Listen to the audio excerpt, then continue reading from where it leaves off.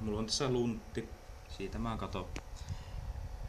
Ensimmäinen juttu on, että tutki mistä tämä sun kohteesi tykkää. Musiikkimaku ja esimerkiksi tossa on ase. Se ei välttämättä tykkää sellaisista, joten piilota se. Heitä se pois, pistä parvekkeelle. Sitten on kakkoskohta on tärkein kohta siis. Valehtele. Elikkä olet työtön, hieman alkoholisoitunut, sinulla on autona Lada Samara ja se ei ole edes liikennekäytössä. Sulla on naapurissa kaveri, jolla on vaikka Audi. Se lainaa sitä sulle ja se on sun auto. Ja sitten nainen kysyy ammattiasi. Älä mene sanomaan, että olet palomies, poliisi, supersankari. Ei mene läpi. Sano vaikka tylsästi, että olet varastomies.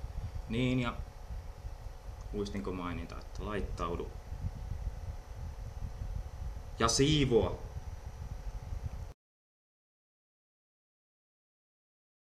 Hirveitä laitteita kämpässäsi. Mikä ei kuulu joukkoon? Olethan urheilullinen. Elikkä turhat roskat pois. Itemi lähti siitä pois, siis niin, bla bla bla bla. Ja siinä on moottoripyöräkypärä.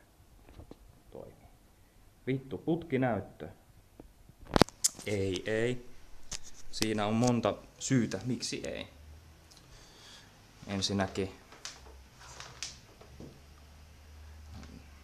mitähän mä nyt keksisin. Nainen voi olla niin nuori, että se ei tiedä mikä tuo on. No, ja sitten se voi kokeilla vaikka sitä päälle.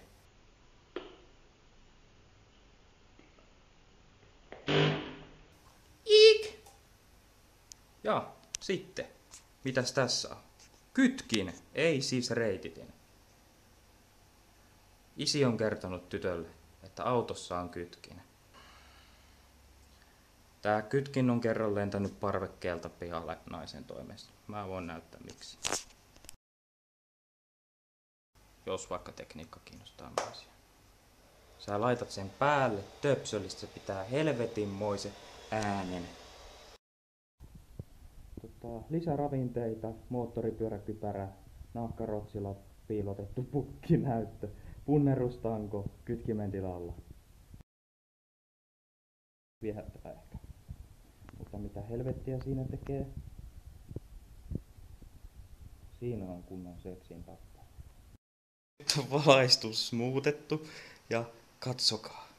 Nämä ei ole tavallisia tollasia kynttilöitä, tai ehkä näy tässä, mutta ne on tollasia punaisia ruusuhajuisia. Ja no se on itsestäänselvyys siis, että piti siivota.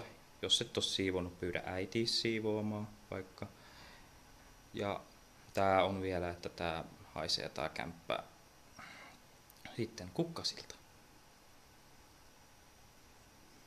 Sitten seuraavaksi tässä oli semmonen ongelma, ainakin täällä päin, että oli hirveän kuuma. Kämpässä oli kauhean kuuma. Ja sitä ei voinut oikeastaan paeta mihinkään, no järveen pysty. Mä näytän siihen hienon sydämi. Nyt se on siinä. Olet kyykännyt siis noita halpisviinejä alkosta, niin älä pistä näitä pulloja pullonpalautukseen. Pistä niihin vettä, pistä ne pakastimeen ja kun on jäätynyt, aseta tuuletin niiden taakse ja kohdista tämä viileä puhallus tähän kohdennaiseen. En ole kokeillut tätä naiseen, mutta itseäni olen kokeillut, joten tämä toimii todennäköisesti myös naiseen. Nyt on ilmeisesti kaikki oleellinen, mutta nyt on käynyt niin, että sä oot jäänyt kiinni tästä putkinäytöstä ja kytkimestä. Ja kuivista nörttijutuista ja no, et ole jäänyt kistä autosta. Niin sä voit vielä tempasta, että sä jollain tavalla voit olla cool.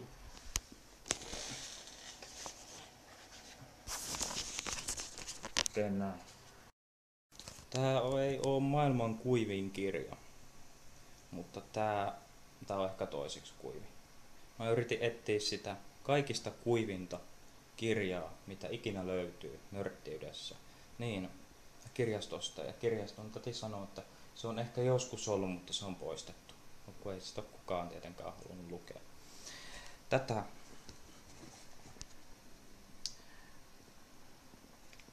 sä et pysty lukemaan ilman tätä.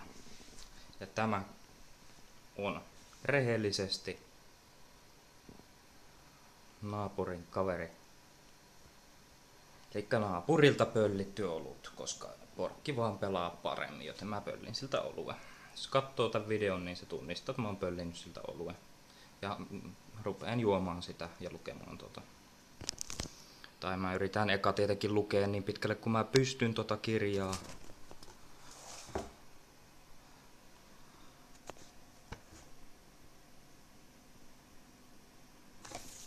Vielä ja pystys. Kertausta. Tässä kohti varmaan tuo okei. Porkki vaan pelaa paremmin.